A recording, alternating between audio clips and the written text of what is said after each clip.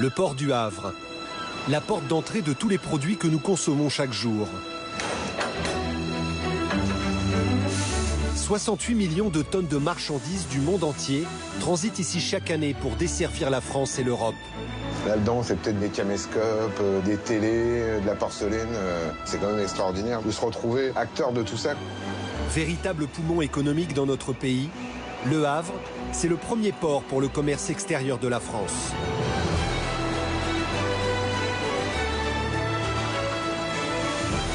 Et c'est parti, mon kiki. Donc c'est ce bateau-là, ce porte-conteneur, que nous allons crocher par l'arrière. Marins, pilotes, dockers, douaniers, 24 heures sur 24, plus de 15 000 employés font tourner cet univers fabuleux, parfois au péril de leur vie. Maîtriser aussi ses peurs parce que le fait d'être à 16 mètres de haut en permanence, c'est stressant, il faut être toujours en mouvement. On va se rendre compte de s'il y a de la tension ou pas à bord. Ça arrive. Pendant 6 mois, nous les avons suivis dans ce monde de démesure qui s'étend sur plus de 10 000 hectares, l'équivalent de la ville de Paris. À part le métier de docker, je ne connais pas de profession où on retourne sur son lieu de travail à la retraite. Quand on est docker à vie, on ne peut rien faire d'autre. C'est pas possible.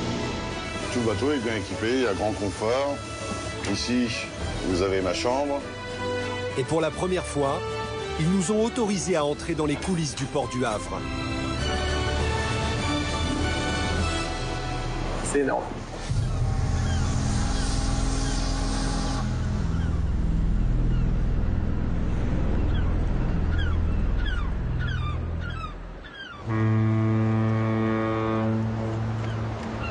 Chaque jour, 50 navires transitent ici. Parmi eux, les plus gros porte-conteneurs du monde.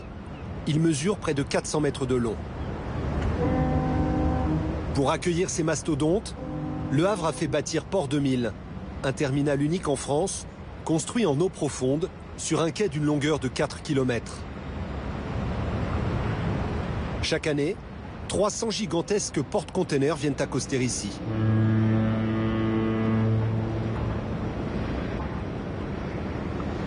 Mais pour des questions de sécurité, les commandants de ces énormes bateaux ne sont pas autorisés à être seuls aux commandes quand ils naviguent dans le port. Chaque jour, des pilotes du Havre montent à bord pour les aider. Et pour rejoindre le commandant du bateau, un seul accès, une simple échelle de corde.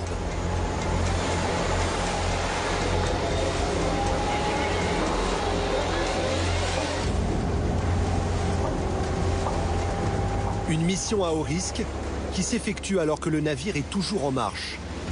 Et ce par tous les temps, de jour comme de nuit.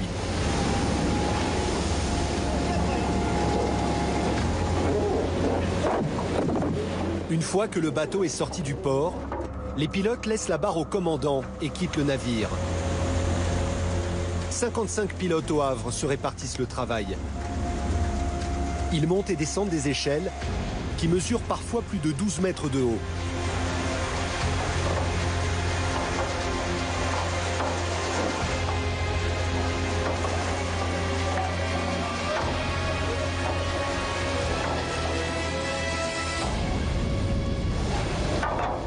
Xavier est l'un d'eux. Il est pilote au Havre depuis 10 ans. Faut pas tomber, faut pas glisser, faut pas lâcher non plus, quoi qu'il arrive. Et il faut faire attention de ne pas se faire écraser les jambes par la vedette. L'hiver, effectivement, quand il y a vraiment du mauvais temps, des grosses tempêtes comme on a eu, tomber à l'eau à 2 heures du matin dans une mer déchaînée, on sait que ça va être difficile. Ça va être difficile de retrouver la personne. Il faut la retrouver tout de suite. Soit on ne la perd pas de vue et on arrive tout de suite à la récupérer, soit effectivement, si on vous perd de vue, déjà vos chances sont très compromises.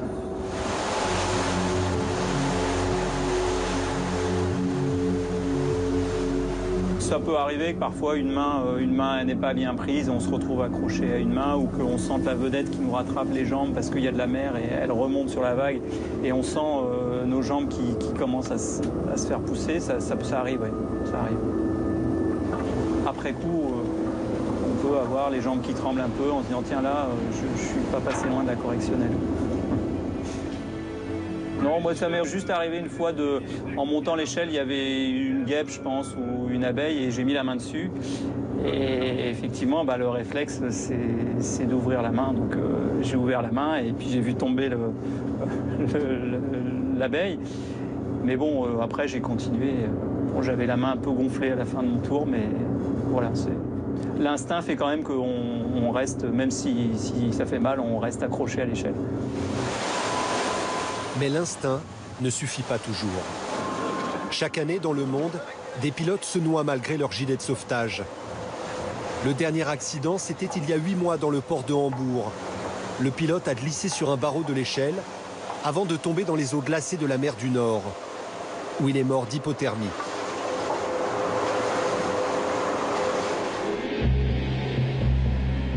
Mais l'autre défi pour les pilotes, c'est de manœuvrer les plus gros porte-conteneurs du monde. L'un d'eux s'approche, c'est un monstre. Il est aussi haut et aussi large que l'Arc de Triomphe de Paris. Et sa longueur équivaut à 4 terrains de football.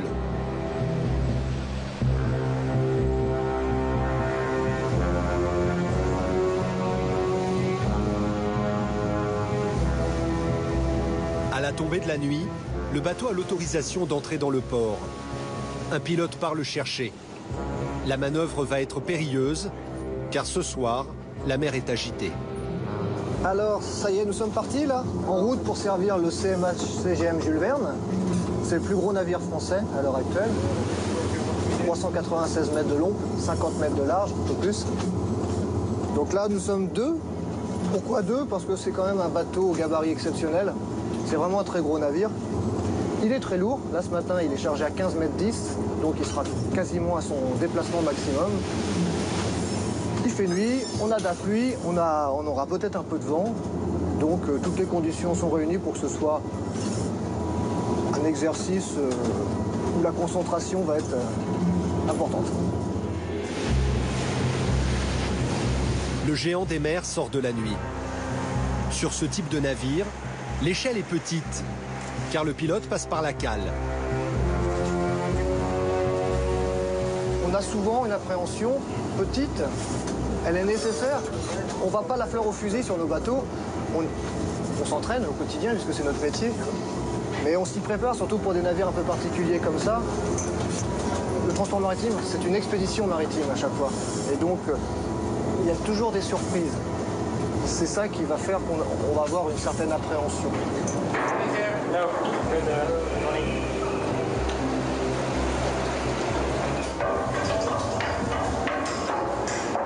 Le poste de pilotage est situé à 45 mètres au-dessus de l'eau.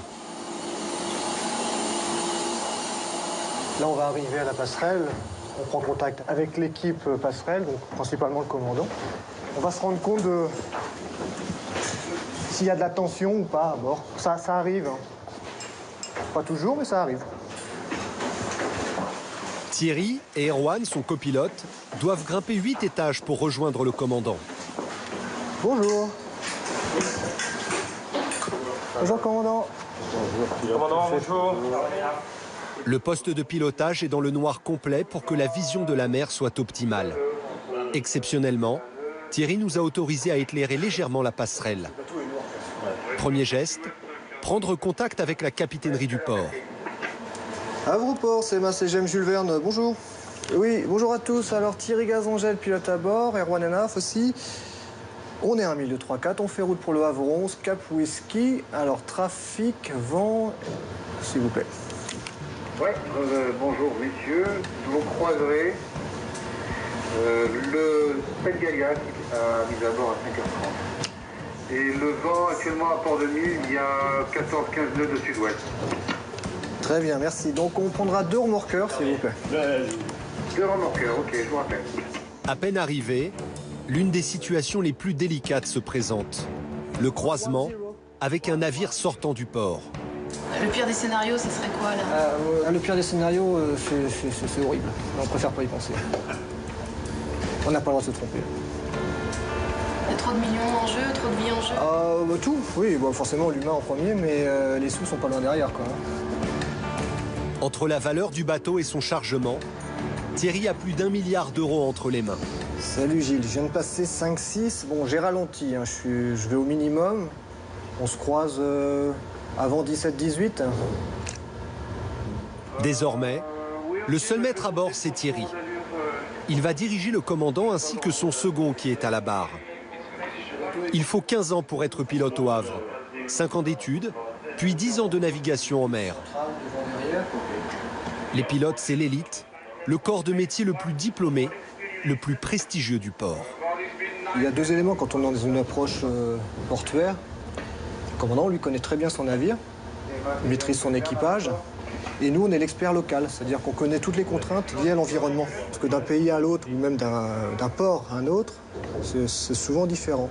Et puis, normalement, le pilote a une bonne dextérité à la manœuvre et une expérience importante pour faire face à toutes les situations. Et croiser un navire est particulièrement risqué. Le chenal qui mène au port n'est large que de 300 mètres. Un espace très étroit pour deux énormes bateaux. If you have trouble for steering, you tell me. Les deux navires se croisent.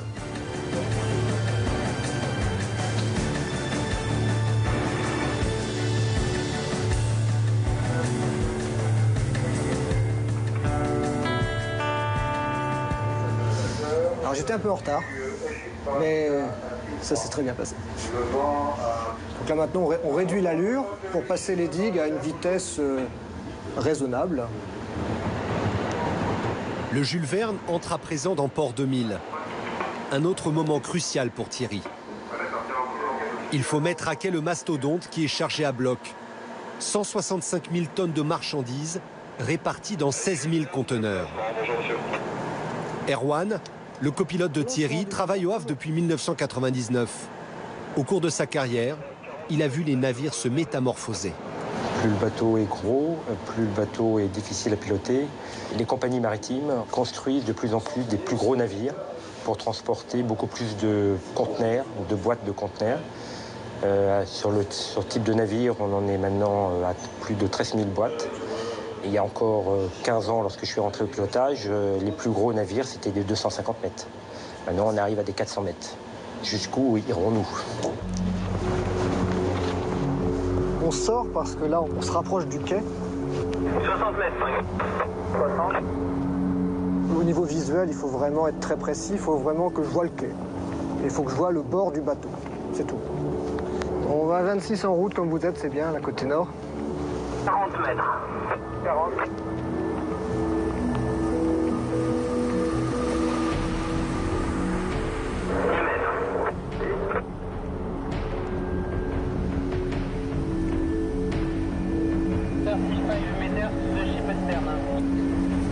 Ok. Donc là, il faut qu'on avance de 10 mètres à peu près. Thierry doit garer le navire au centimètre près. Sur le quai, la voiture avec le gyrophare lui indique la limite à ne pas dépasser. On avance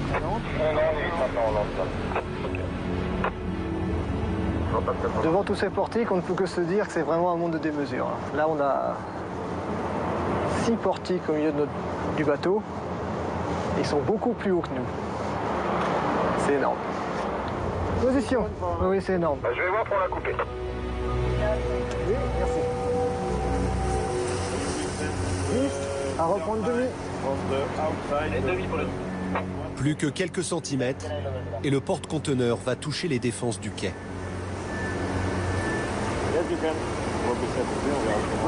Oui. Stop machine. Ça y est, le bateau est égaré. Bon là, ça s'est très bien passé, c'était fluide et puis surtout on est arrivé à quai sans dommage. Et c'est ça qui compte. À l'aube, le déchargement commence. Il va durer 7 heures. À partir de maintenant, les conteneurs entrent dans le royaume des dockers. Ce sont eux qui vont prendre en charge les marchandises jusqu'à ce qu'elles quittent le port pour être livrées en France et en Europe.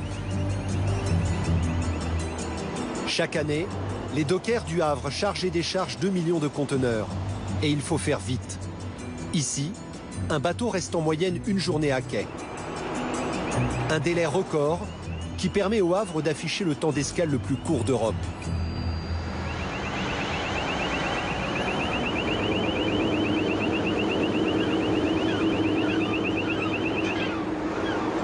Charles fait partie des 2500 dockers présents au Havre. Sa mission, piloter ces immenses portiques. Il est 8 h du matin, il vient prendre sa relève. Salut Jérôme, c'est Ati. Bien, c'est bien passé? Là, il y a le secondaire qui a du mal à fonctionner, on fait un premier essai. Ok. Sinon, on est en charge 40 en cale là. Ok, ça marche. Bon bah écoute Jérôme, à la prochaine mon poulot. Donc voilà, la première chose pour un portiqueur, c'est de la prise de poste. Donc, première chose, réglage de son siège. L'ergonomie du poste. Donc, je vais gonfler mon siège, car mon prédécesseur était un peu plus petit que moi. C'est important d'avoir une assise confortable.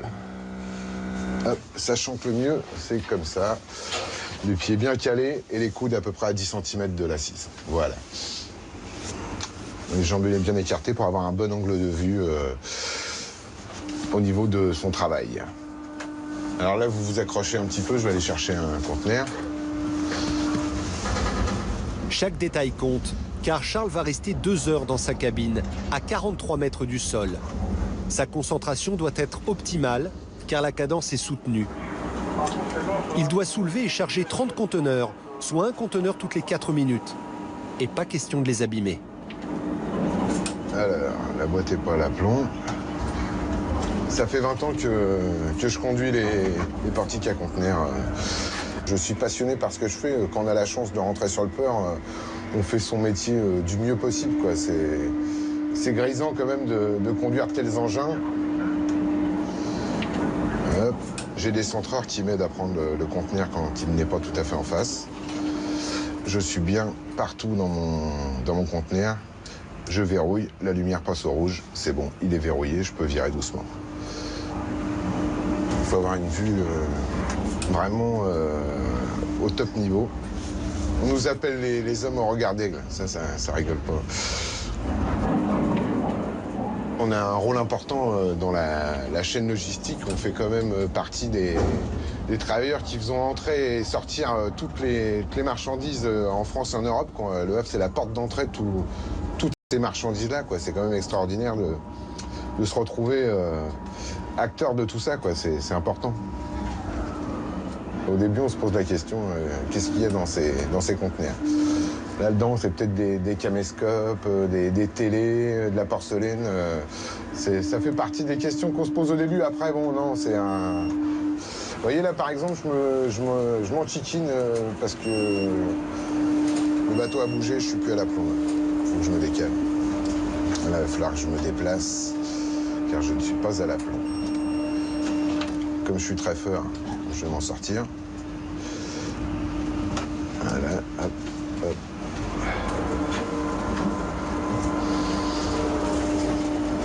On pose les conteneurs juste à leur taille. Ils font 40 pieds et l'emplacement à bord du bateau fait 40 pieds. C'est sur 4 galoches.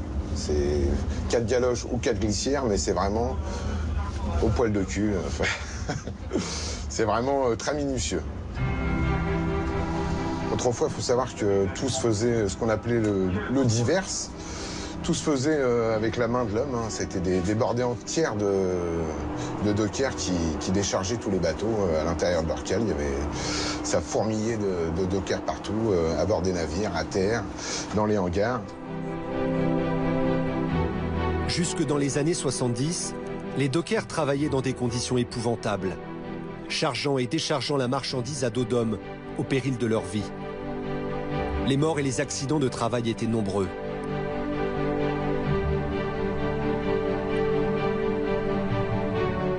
Ils étaient payés à la journée, de façon très irrégulière. Précarité, misère, injustice sociale, les dockers ont décidé de réagir. Ils se sont tous rassemblés autour d'un syndicat créé au début du siècle par les premiers dockers et une longue histoire de lutte ouvrière a alors commencé. Grève, blocage des ports, jusqu'à l'obtention en 1992 de meilleures conditions de travail, d'un salaire mensuel et de droits à la retraite. Mais la lutte ne s'est pas faite sans dégâts. Leur rudesse et leur combat ont donné aux dockers une image de voyous. Face à cette mauvaise réputation, les dockers se sont fermés et sont restés entre eux, se transmettant le métier de père en fils.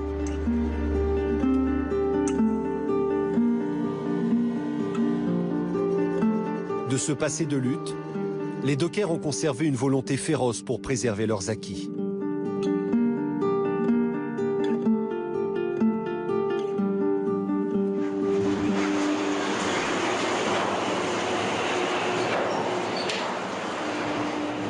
C'est un des derniers grands bastions ouvriers. C'est une fierté pour moi d'en faire partie. Effectivement, l'industrie s'amenuisant petit à petit, Docker, WAV, ça représente quelque chose, quoi.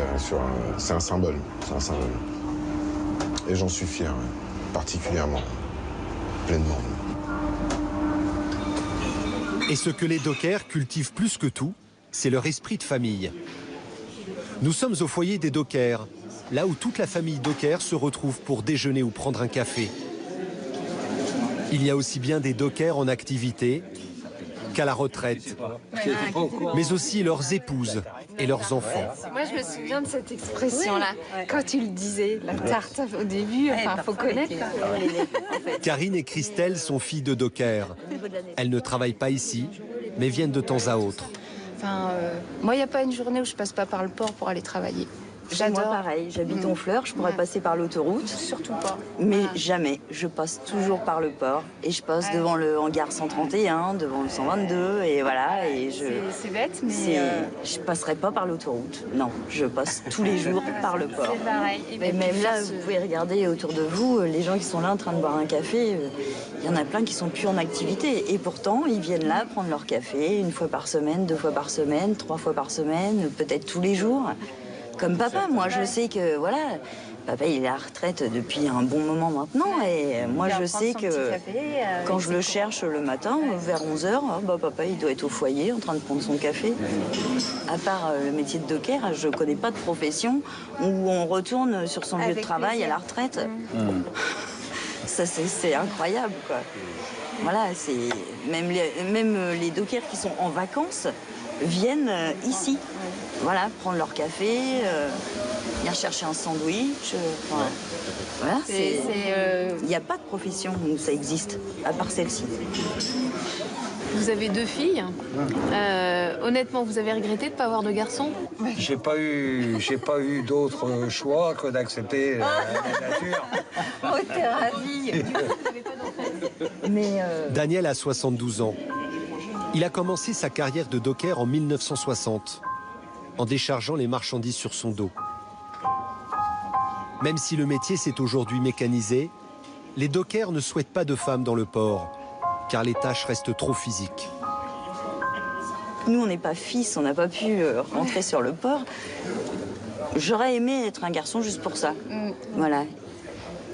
Moi, j'ai comblé parce que j'ai toujours travaillé avec un lien avec le port, avec le transport, le port et tout ça. Donc, j'ai fait une petite aparté dans les banques, mais je suis revenue à mes premières amours, le port. Donc, je suis toujours plus ou moins en lien. Mais si j'avais été un garçon, c'est sûr que j'aurais voulu être docker. C'est clair. Ouais. Ouais. Et comme ils se disent tous bonjour, moi, ils se disent tous au revoir. Qu'est-ce que vous voulez dire par là? Vous allez au Havre, quand c'est un docker qui a décédé, que c'est ses funérailles, vous avez tous les copains qu'il a connus. Alors vous voyez un petit peu le peuple que ça fait, qu'il a connu, qui sont là, qui viennent assister. Moi j'ai perdu mon frère en 2010. Je peux vous dire qu'il y avait, je sais pas moi, 500, 600 personnes à ses funérailles. Mon frère était docker? Oui, oui. Puis on sait, enfin je sais que Karine comme moi, on sait qu'ils seront toujours là pour nous. Enfin voilà, même quand papa sera plus là, on sait que voilà, c'est une grande famille et qu'ils seront toujours là pour nous. Le plus tard possible, hein, mon papa. Mais voilà quoi, je sais qu'il y aura toujours des gens pour honorer sa mémoire. Qu'est-ce qui vous émeut? Bah ça, de savoir qu'ils seront toujours là quoi. Ça va, bien sûr, là, ça me touche énormément, forcément. Disons que c'est la récompense d'arriver à un certain âge et d'entendre ça de la part de mes enfants. C'est ma médaille. Ouais. Bah oui, mais nous, on va repleurer.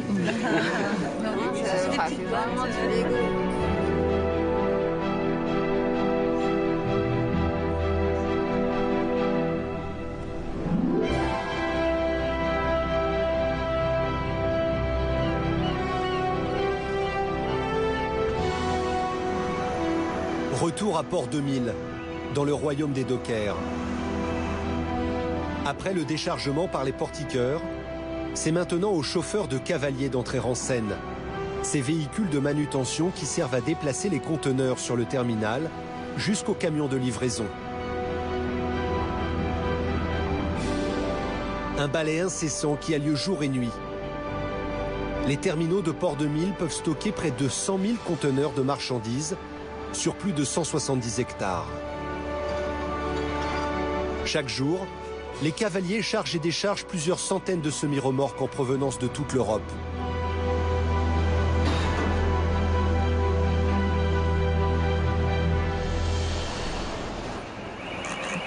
Eric est docker depuis 25 ans. C'est l'un des plus anciens chauffeurs de cavaliers du port. On est beaucoup à travailler sur le terminal. En permanence, il y a une trentaine ou une quarantaine de cavaliers qui travaillent en même temps. Donc on est toujours très vigilant quand on croise les autres. Parce que voilà, il faut savoir se faire sa place et puis respecter aussi les règles de sécurité, comme sur la route, ni plus ni moins. Tu peux toujours avoir un danger qui arrive sur le côté, dans l'angle mort. Là, sur le cavalier, c'est ça, sauf que l'angle mort, il est multiplié par 10 ou par 20 par rapport à un véhicule comme une voiture, par exemple. Eric déplace 15 conteneurs par heure. Ils pèsent entre 20 et 40 tonnes chacun. Une charge très difficile à manœuvrer quand on conduit à cette hauteur. Il faut maîtriser aussi ses peurs parce que le fait d'être à 16 mètres de haut en permanence, avec des mouvements un peu bizarres du cavalier, parce que le cavalier a des gros problèmes de stabilité, sachant qu'on a le poids sur la hauteur, il faut bien maîtriser la stabilité. Voilà, c'est fatigant, c'est stressant dans le sens qu'il faut être toujours en mouvement, toujours regarder tous les angles pour être sûr de travailler en sécurité. À l'intérieur des conteneurs, il peut y avoir aussi bien des vêtements, de l'électroménager ou des produits dangereux. Ceux-ci sont alors signalés par l'ordinateur de bord. Là, en l'occurrence, celui que je transporte, c'est un conteneur avec des produits corrosifs dedans. Il y a des conteneurs, ça peut être des explosifs, ça peut être des acides, ça peut être des gaz aussi. On transporte aussi des citernes avec des gaz toxiques dedans. Donc toutes ces marchandises-là nécessitent des précautions supplémentaires. Il faut les manipuler avec la plus grande précaution pour éviter les accidents. La marchandise sera livrée dans 4 heures dans la région parisienne. Là, on charge un routier. C'est des petits verrous. C'est vraiment petit, donc il faut à la fois de la précision, de l'adresse, parce qu'autrement, le routier le refuse, tout simplement. Il ne peut pas rouler sur la route avec un conteneur qui tient que sur une partie. Donc après, lui, il fait le tour de son conteneur, il le verrouille, et ça lui permet de rouler en toute sécurité sur la route, sans perdre son conteneur par terre.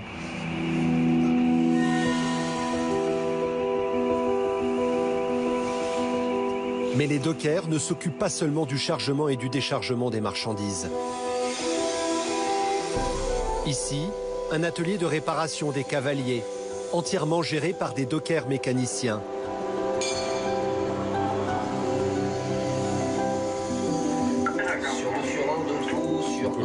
Aujourd'hui, les dockers gagnent en moyenne 2300 € par mois. Et on peut être docker et travailler dans un bureau. 24 heures sur 24, ces dockers organisent le flux entre les bateaux et les marchandises. Une prouesse logistique. Nicolas s'occupe du montage. C'est lui qui répartit les conteneurs qui seront chargés au sein du navire, car chacun a une place bien précise. Chaque couleur correspond à une destination en fait. Le marron, là il va à Ningbo. Celui-là il va à Ningbo. C'est un port chinois, voilà, c'est ça. Ça va en Chine. Après Shanghai, orange, voilà. Et le bleu foncé, c'est le port Kaishun, quoi.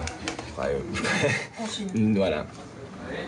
Pour assurer la stabilité du bateau, Nicolas doit aussi veiller à la répartition du poids entre les conteneurs. Toujours le lourd au fond en allant au plus léger. Et sur les pontées, pareil, le lourd à pied, à plafond et en montant. C'est un jeu de couleurs et puis il faut tout bien contrôler en fait. Sur 3, un trou, sur 3, sur 2, sur 1, sur 3, un trou, sur 3. On a un jeu de Lego avec les 20 000 boîtes sur le terminal, on a un jeu de Lego avec les bateaux. C'est le même système. Comme on a un jeu de Lego, vous avez vu sur le montage des navires. C'est exactement la même chose. Vous aimez jouer? On n'a pas le choix. J'adore Tetris. Sur les 4, t'en as 2 qu'on avait en décharge à la 18. Portiqueur, chauffeur de cavalier, logisticien. Il existe en tout 17 corps de métiers différents chez les dockers. Un atout considérable qui leur permet de gérer eux-mêmes l'intégralité des mouvements des marchandises sur le terminal. Ouais, super. L'amour de notre métier, c'est ancré dans nos veines. Donc avant d'arriver ici, moi j'ai quand même été, j'étais au camion, j'étais au cavalier, on a fait plusieurs postes avant de... Donc c'est très diversifié. En fait on évolue au fur et à mesure, on démarre au bois d'échelle et en fonction de l'ancienneté, on évolue dans notre carrière. Donc les gars qui démarrent vont démarrer au bateau, en commis, etc. Et au fil du temps, ils acquièrent de l'expérience et ils montent dans la hiérarchie.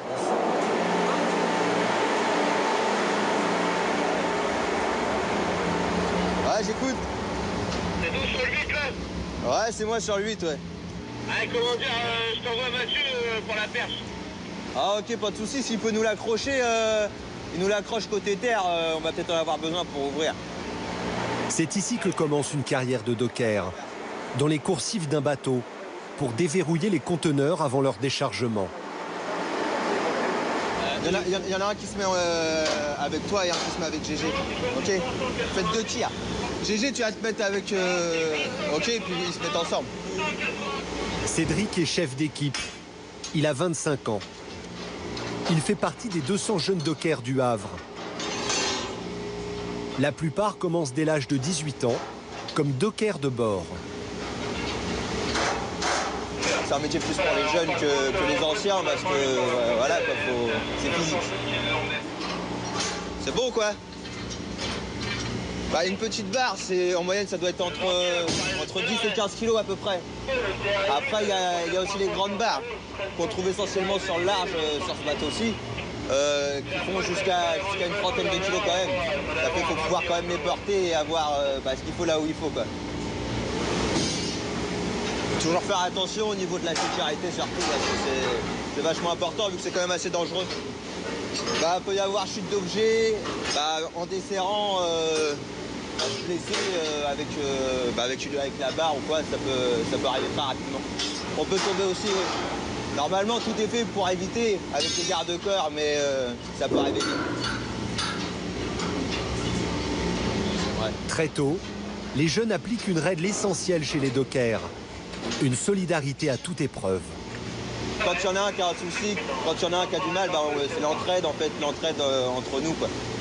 Travailler en équipe comme ça, se soutenir, c'est ça le plus important. Ouais. C'est vraiment l'esprit, cet esprit-là qui me rend, qui me plaît le plus en fait. C'est un esprit différent quoi, que des autres entreprises. Quand on est docker à vie, on peut rien faire d'autre. C'est pas possible. Toute votre vie vous allez être... Tous les jours. Excusez-moi. Ouais, je t'écoute, Nico. Mais chez les dockers, la solidarité s'apprend bien avant d'entrer dans un port.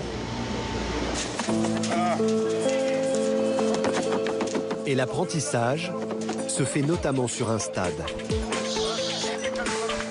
Allez, ça commence déjà à plus courir. Les dockers du Havre ont créé cette école de rugby en 1967. C'est en quelque sorte la pouponnière des dockers.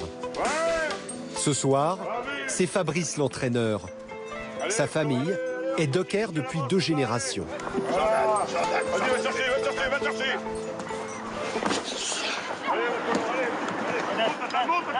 Qu'est-ce qui vous plaît le plus dans le fait de former ces jeunes, de les entraîner? De les voir comme ça. De les voir avec tout le groupe, avec les seniors et puis tout. Là, il y a une entente monstrueuse entre tout le monde. Là, tout le monde se respecte.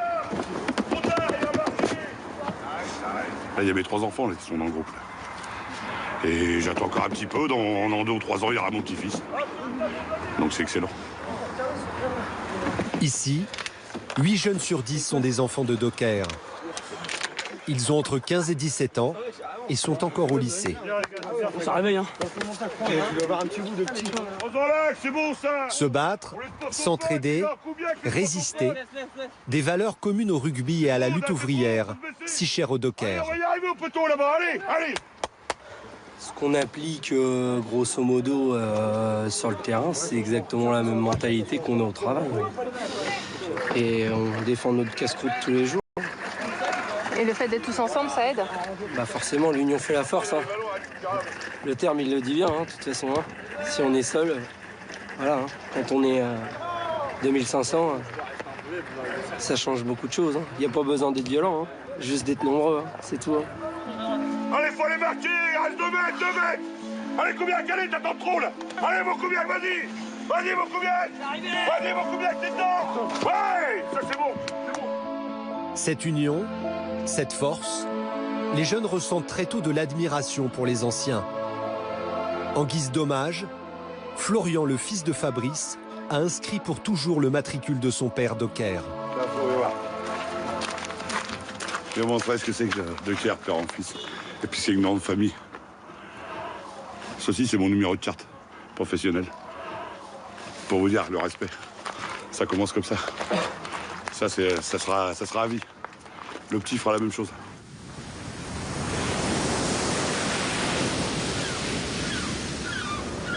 Retour dans le port. Il est 8 h du matin. Carlo prend son service. Allez, bon, c'est parti. On va aller rentrer un porte-conteneur. 260 mètres. Carlo est pilote de remorqueur. Il travaille au Havre depuis 30 ans. Les lunettes de soleil, parce qu'aujourd'hui, comme d'habitude, comme tous les jours, il y a du soleil au Havre. Havre-Port, VB10, bonjour. Bonjour monsieur, appareillage de Maseline pour servir le Hanse Courage. De tous les métiers portuaires, celui de Carlo est indispensable. Car si les gros bateaux ont besoin de l'aide des pilotes du Havre pour entrer dans le port, ils doivent aussi être remorqués. Ah, celle-ci va être belle. Voilà. Vous entendez la respiration du bateau? On dirait une baleine. C'est l'eau qui remonte dans les écubiers.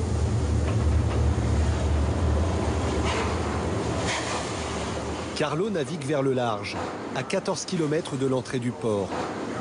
C'est ici que les bateaux attendent qu'on vienne les chercher. Et c'est chacun son tour. Ce matin, il y en a 8. Notre navire, c'est pas le premier, mais c'est le deuxième. Hein. C'est le petit point à l'horizon. Le bateau que va remorquer Carlo se dirige vers le port. Le pilote du Havre, lui, est déjà à bord pour aider le commandant.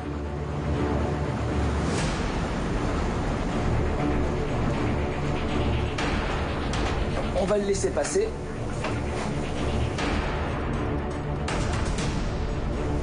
Donc c'est ce bateau-là, hein, ce petit porte-conteneur que nous allons crocher par l'arrière. Voilà, je vise bien. Et c'est parti mon kiki. Voilà. On se laisse dépasser et on va le rattraper. C'est l'étape la plus périlleuse de la mission de Carlo. s'approcher au plus près du porte-conteneur pour le freiner. Tout seul, le porte-conteneur n'y arriverait pas. Il foncerait tout droit dans le port. Imaginez une patinoire. Sur cette patinoire, vous posez un semi-remorque de 40 tonnes et vous le lancez à toute allure. Bon, s'il freine, ses roues vont se bloquer et il continuera à glisser. Un navire, c'est la même image. Hein. S'il n'y a personne derrière pour l'arrêter, il peut courir à la catastrophe. Et avec votre petit bateau, vous arrivez à freiner ce gros bateau? Oui, un petit bateau costaud. On a 5000 chevaux. 5000 chevaux, c'est exactement la même puissance que le bateau que Carlos s'apprête à remorquer. Voilà, on va se coller sur le tableau arrière. L'équipage du Hanse Courage va nous envoyer une touline qui a plutôt l'air d'une amarre. Voilà, attention. C'est un moment sérieux. Il faut beaucoup de concentration. Il ne suffit pas de faire une fausse manœuvre et de se retrouver avec un marin les mains entre la remorque et un point fixe d'un des deux navires. L'autre difficulté pour Carlo, c'est de bien se maintenir à l'arrière du porte-conteneur. Son remorqueur est tellement proche que s'il dévie, il pourrait être aspiré sous la coque du navire. Alors il faut anticiper parce que les filets d'eau vont nous envoyer soit à droite, soit à gauche. Donc je dois sans arrêt compenser pour pas que l'avant de mon navire parte à droite, parte à gauche. Frein desserré. En position. Ouais, 18. Donc là on va se laisser traîner jusqu'à ce que le navire nous demande de le freiner, de l'orienter soit à droite, soit à gauche. On est un gros gouvernail actif. Le navire entre maintenant dans Port 2000. C'est parti. Alors c'est un créneau, sauf que la voiture mesure 140 mètres de long. Et là, je vais faire en sorte que le navire soit le mieux positionné possible. Tout doucement, Carlo va aider le porte-conteneur à se mettre à quai. Le créneau va être long, le temps que le bateau soit parfaitement aligné. 10, juste raid au large. Juste raid au large, 10. Il est en contact radio avec le pilote à bord pour synchroniser leur manœuvre. Un petit coup au large. Un tout petit coup au large, 10. Voilà, donc je vais lui donner une impulsion au large, vraiment une toute petite impulsion. Et tiens bon. Voilà. 10, tiens bon. Donc l'impulsion qu'on vient de donner, Un petit mètre avancé, non? c'est à peu près 5 tonnes. Oui, c'est ça, donc de manière à dégager les deux bollards là. Après une demi-heure de manœuvre, le porte-conteneur est enfin à quai. Ouais, je suis largué, Claire. C'est terminé pour nous. Chaque année, les remorqueurs du Havre assistent 10 000 bateaux.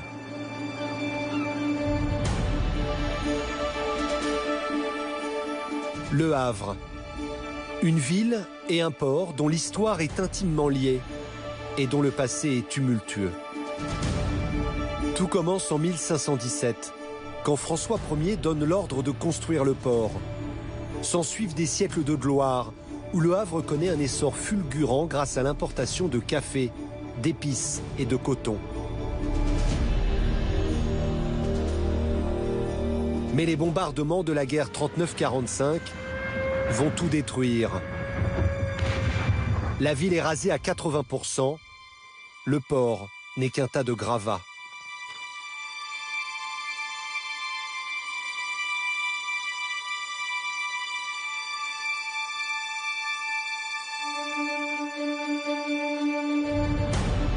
Après ce désastre, il a fallu reconstruire la ville. La mission est confiée à l'architecte Auguste Perret, qui choisit un urbanisme durable et économique. Il fait bâtir des barres d'immeubles en béton armé avec de nombreux étages. Cette architecture donne au Havre un cachet typique, inscrit au patrimoine mondial de l'UNESCO depuis 2005. De son côté, le port est aussi reconstruit. Il renaît enfin de ses cendres, notamment grâce aux importations de café. Cette activité existe encore aujourd'hui au Havre. Et c'est la dernière marchandise que l'on décharge toujours sur le dos, comme les dockers le faisaient jadis. Jean-François est importateur de café depuis 40 ans. Oui, Stéphane, il y a un peu de condensation là-haut. Il faudrait regarder s'il n'y a pas quelques sacs. Ils n'ont pas mis de papier sur le dessus. En effet, ouais. Jean-François est présent à chaque ouverture de conteneur. Ce déchargement manuel lui permet de vérifier en un coup d'œil les sacs défectueux.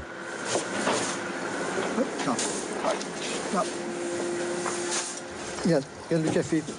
Ouais, c'est tiède. Il est tiède. Il est tiède. Alors, prends-en une feuille blanche et croque-la, tu vas voir. Tu vas voir qu'elle est toute molle. Elle est molle. Regarde. Tu croirais du chewing-gum. Moi, ils sont molles. Oui. C'est dingue. On voit que dans ce conteneur, il y a une anomalie. Ils ont mis du papier craft sur les côtés, au sol, mais ils n'en ont pas mis sur le dessus. Puisque la condensation, l'humidité remonte, se colle au plafond et après peut redescendre sur les sacs qui se situent en hauteur. Là, on se retrouve avec un sac qui a été mouillé par condensation. Donc tous ces sacs qui sont mouillés de cette façon vont être écartés, mis à part, pesés à part. Chaque sac pèse 60 kg. Dans le conteneur, il y en a 300. Les deux manutentionnaires vont donc répéter ce geste 150 fois.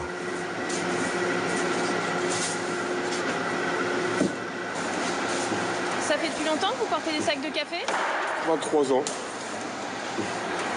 C'est une question d'habitude. C'est une question d'habitude. Et c'est quoi la technique? Ouais, le courage, surtout. Courage, la foi et le moral. Le moral, la foi, le moral, le courage. Les trois trucs, c'est bien. C'est un vrai savoir-faire, parce que certaines personnes n'arrivent jamais à effectuer cette opération. On voit qu'il reste très peu de temps sur leurs épaules, parce que le but, il n'est pas d'avoir une pression constante sur le dos. Par contre, le sac doit transiter simplement sur l'épaule. Et il doit être mis parfaitement sur la palette, parce que l'empilage des sacs nous permet d'avoir un bon arrimage après. Puisque si on construit des palettes un peu bancales, on ne pourra pas avoir un empilage de palettes. Ou alors tout risque de tomber. Chaque jour, 1 millier de sacs arrivent ici. Dans l'entrepôt, il y en a en tout 120 000. Mais aujourd'hui, il ne reste au Havre que 3 importateurs comme celui-ci.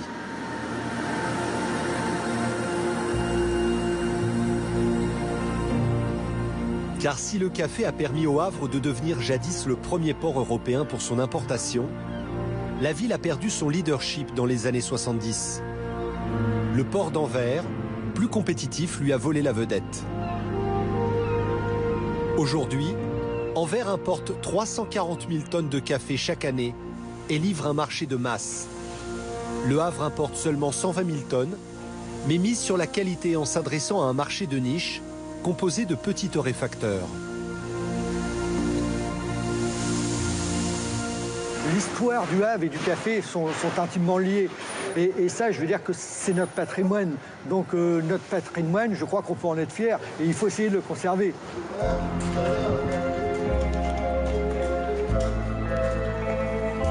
Ah, le meilleur moment de la journée. Et pendant que Jean-François et son équipe font la pause café, un peu plus loin dans le port, certains conteneurs sont mis à l'écart avant leur livraison, dans un entrepôt, à l'abri des regards.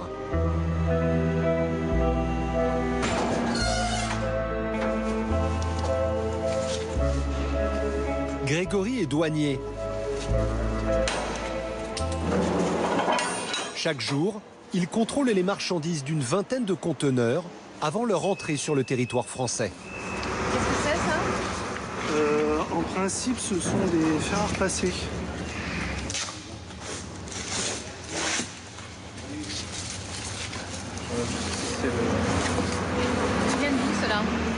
Chine. Tout vient de Chine. Beaucoup de choses viennent de Chine. Hop là. Donc il nous faut une notice en français. Oui. Différentes choses qui apparaissent, la puissance en volt également. Donc c'est bon. Donc normalement on a une plaque, elle doit être dessous je pense. Voilà, voilà. Donc voilà, donc on a bien le modèle, c'est bien ce modèle-là, et la fabrication, et on a le distributeur, donc au cas où problème, il y a les coordonnées et tout, donc en termes de marquage, ça paraît correct. La première impression est bonne. On va remettre dedans. La marchandise est aux normes pour pouvoir entrer en France. L'exportateur chinois n'a déclaré que des fers à repasser dans ce conteneur. Grégory veut s'assurer que ce soit bien le cas. Je voudrais voir un petit peu précisément ce qu'il y a dans le fond. Le conteneur a dû être un peu secoué, les cartons sont renversés. Je voudrais voir comment ça se présente.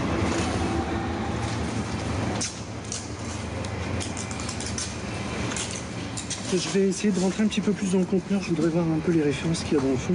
Parce que il y a différents types de cartons. Donc voir si ça colle, si je vois pas des choses qui sont pas normales. Grégory met un masque pour se protéger des gaz toxiques dégagés par les plastiques et les odeurs de colle des emballages.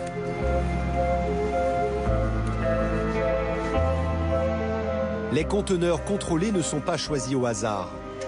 Ils sont rigoureusement ciblés par les services des douanes qui savent tout de la traçabilité des marchandises. Port d'embarquement douteux, importateurs déjà condamnés, produits dangereux ou origine suspecte, les douaniers ne contrôlent que les marchandises qui présentent un risque de fraude ou de danger pour les consommateurs. La même chose en différentes couleurs.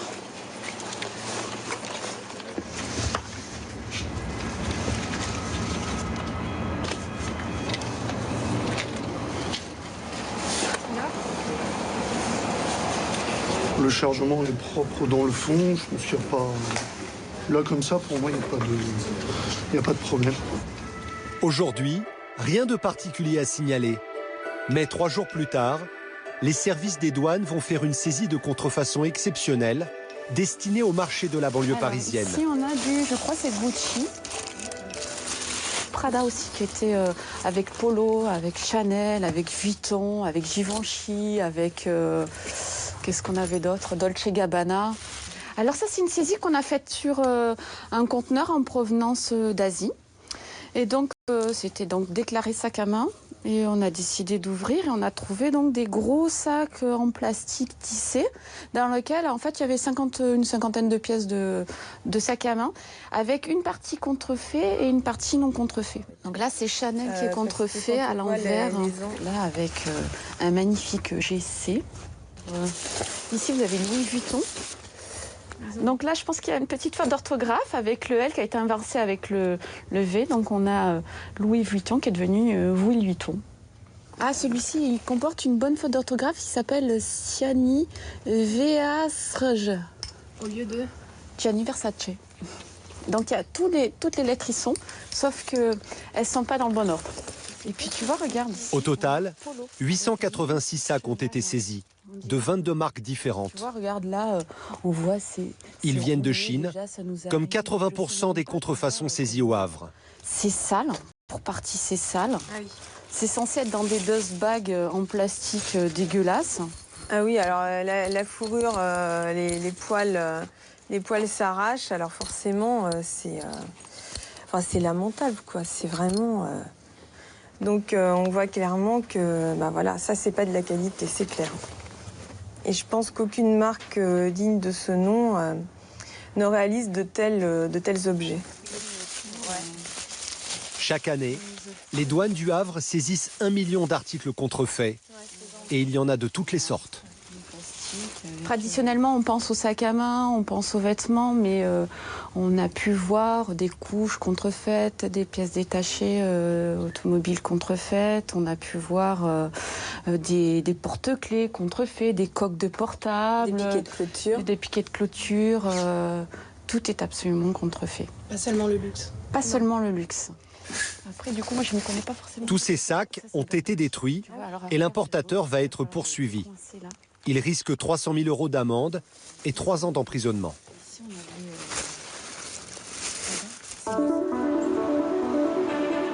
Après leur passage aux douanes, les marchandises sont libérées. Elles peuvent maintenant être livrées aux consommateurs. 3 moyens pour quitter le port. La route, le train ou encore le transport fluvial. Il est 8 h du matin. Le Bosphore, un bateau spécialement conçu pour transporter des conteneurs, s'apprête à remonter la Seine, du Havre jusqu'au port de Gennevilliers près de Paris. Un parcours de 350 km. Changement de décor total, le rythme frénétique du port fait place à la douceur de la Seine.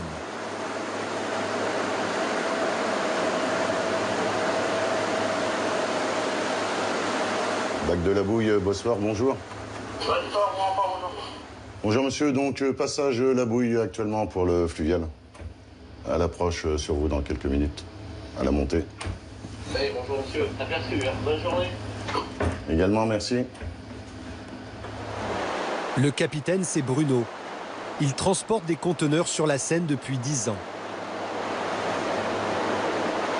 On monte sur Gennevilliers avec 200 conteneurs pour un tonnage équivalent à 1650 tonnes. Et on va faire une livraison demain matin à 5 h.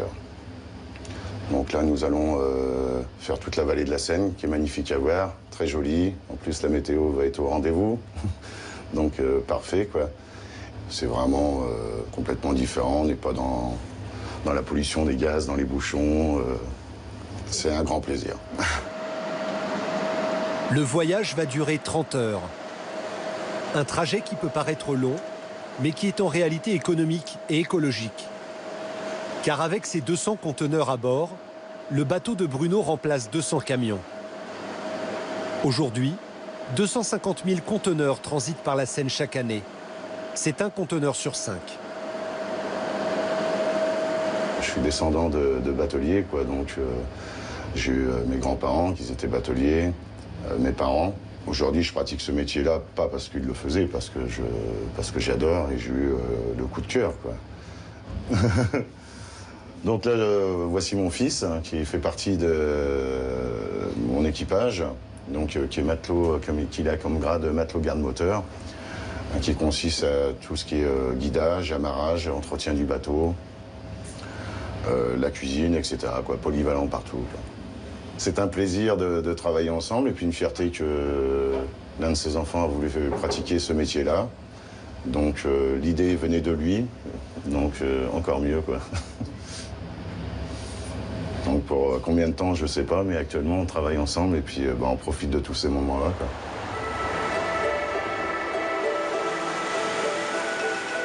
Bruno arrive maintenant au port de Rouen, le premier port européen pour l'exportation de céréales.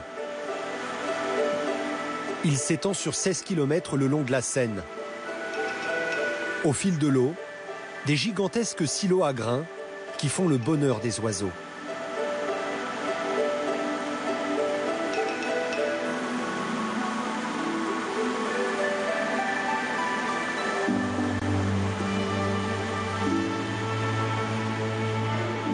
Alors c'est des points stratégiques pour eux. C'est la grande cantine pour ces oiseaux. Les pigeons, c'est une cantine, on va dire les restos du cœur. Une grosse distribution par rapport à toutes les céréales, le blé, l'orge, le maïs. Tout est là pour eux et à volonté quasiment.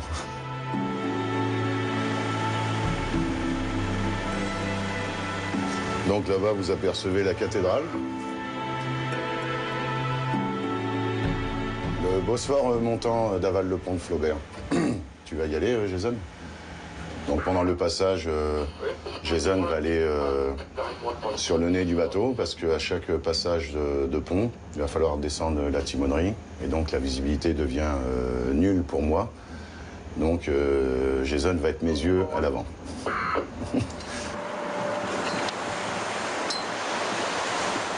Donc là, actuellement, je vais croiser mon collègue Loural. Donc c'est les deux mêmes bateaux, hein. On fait le trafic tous les deux. C'est-à-dire que quand lui part de Gennevilliers, moi je pars du Havre. Et vice-versa, quand lui part du Havre, moi je pars de Gennevilliers. Donc à longueur d'année, on a l'occasion de se croiser quasiment tous les 2 jours, quoi. Et là, actuellement, c'est plein de conteneurs qui se croisent, donc on va dire un peu plus de 400 conteneurs, quoi, pour 2 bateaux. Donc les mêmes dimensions, la même capacité. Le Bosphore et l'Oural font 4 allers-retours hebdomadaires et acheminent 1500 conteneurs chaque semaine. Un trafic que les ports du Havre, de Rouen et de Paris aimeraient doubler d'ici 5 ans. Pour cela, les 3 villes se sont réunies pour faciliter la navigation des bateaux et permettre au port du Havre de se prolonger jusqu'à Paris.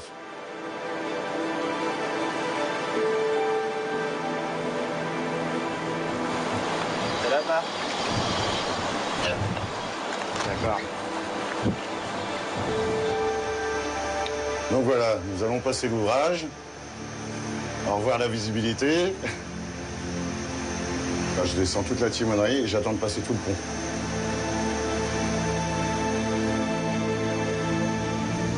Ouais, c'est ok pour moi, Jason. Ouais, c'est bon.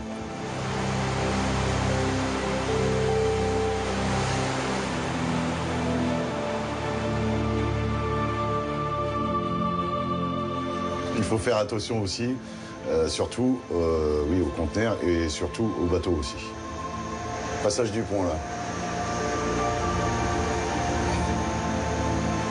Donc là, c'est les premiers. Hein. Maintenant, jusque Gennevier, ça va être que ça. Hein. Monter, descendre à chaque ouvrage. Et là, c'est reparti. On monte la timonerie pour avoir une visibilité à l'œil nu.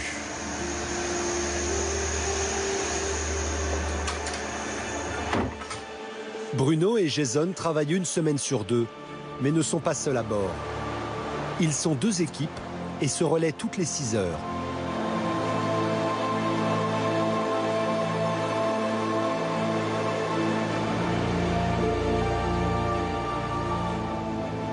Ah, là, la relève qui arrive. Salut. Salut. Tu vas bien? Ouais. Bon, je vous présente mon second capitaine. Changement de quart pour qu'on puisse aller se restaurer. C'est Joël qui vient remplacer Bruno. Bien dormi? Ouais. Comme d'habitude. Après 6 heures à la barre, Bruno rejoint son logement situé sous la cabine de pilotage. Oh, ça va, tu t'en sors? Ouais, nickel. Tu veux un coup de main? Voilà, c'est bon, j'ai fini de couper les saucisses. Il faut juste les faire revenir. Encore un petit repas léger pour ce soir. Les efforts et les réconforts. Tout le bateau est bien équipé, il y a grand confort. Chambre froide, 4 congélateurs, 3 frigidaires. Donc il y a vraiment ce qu'il faut pour faire sa petite vie à bord en continu, quoi. Ici, vous avez ma chambre. Au maximum, pendant un quart, 5h, 5h30 quoi, de sommeil. C'est l'un des meilleurs moments. Donc là, voilà, vous avez salle de bain, machine à laver, sèche-linge. La douche à l'italienne, la baignoire. Vous avez le temps de prendre des bains? Non. Non. Pas le temps. Il y a en tout 200 mètres carrés habitables.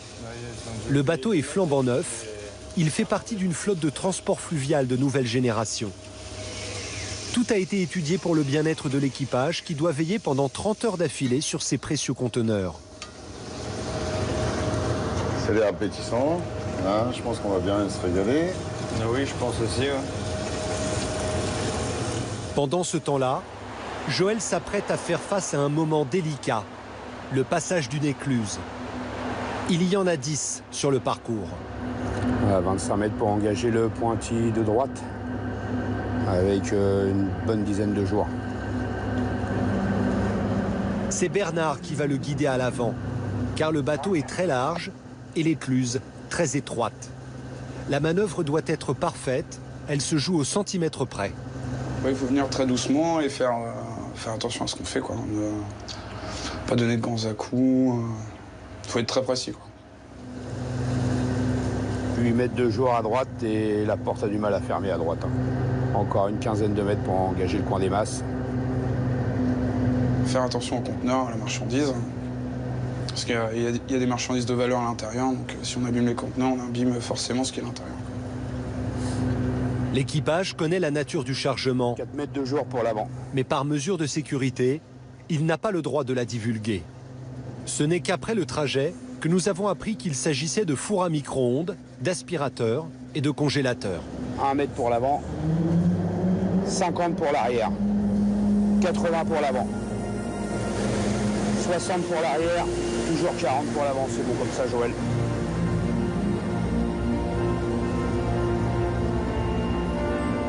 C'est passé pour celle-là.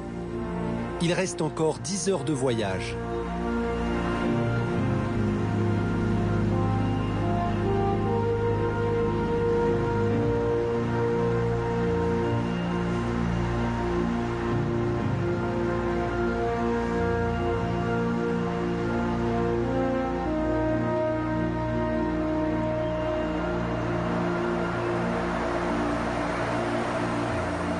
Il est 5 heures du matin. Le bateau arrive enfin au port de Gennevilliers, dans la banlieue parisienne.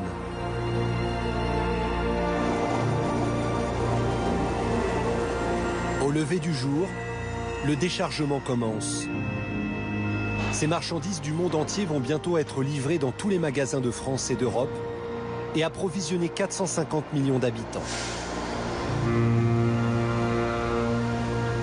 Depuis leur arrivée au Havre, il n'aura fallu que quelques jours pour qu'elle soit à la disposition des consommateurs.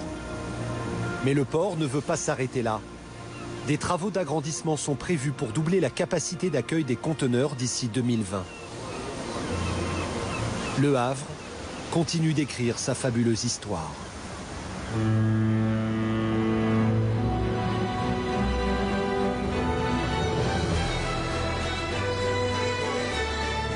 Après cet impressionnant documentaire sur la démesure du port du Havre et pour poursuivre notre soirée consacrée aux enjeux et défis du transport maritime, je propose de regarder ce reportage sur l'un des couloirs de navigation les plus fréquentés du monde. Il s'agit du détroit entre la Manche et la mer du Nord, entre la France et l'Angleterre, où plus de 500 navires se croisent chaque jour. Et le risque d'une gigantesque collision entre chalutiers, ferries, supertankers et bateaux de pêche y est permanent et occupe tous les esprits. Voici 24 heures dans le détroit, réalisé par Isabelle Billet et Antoine Morat. Je vous retrouve juste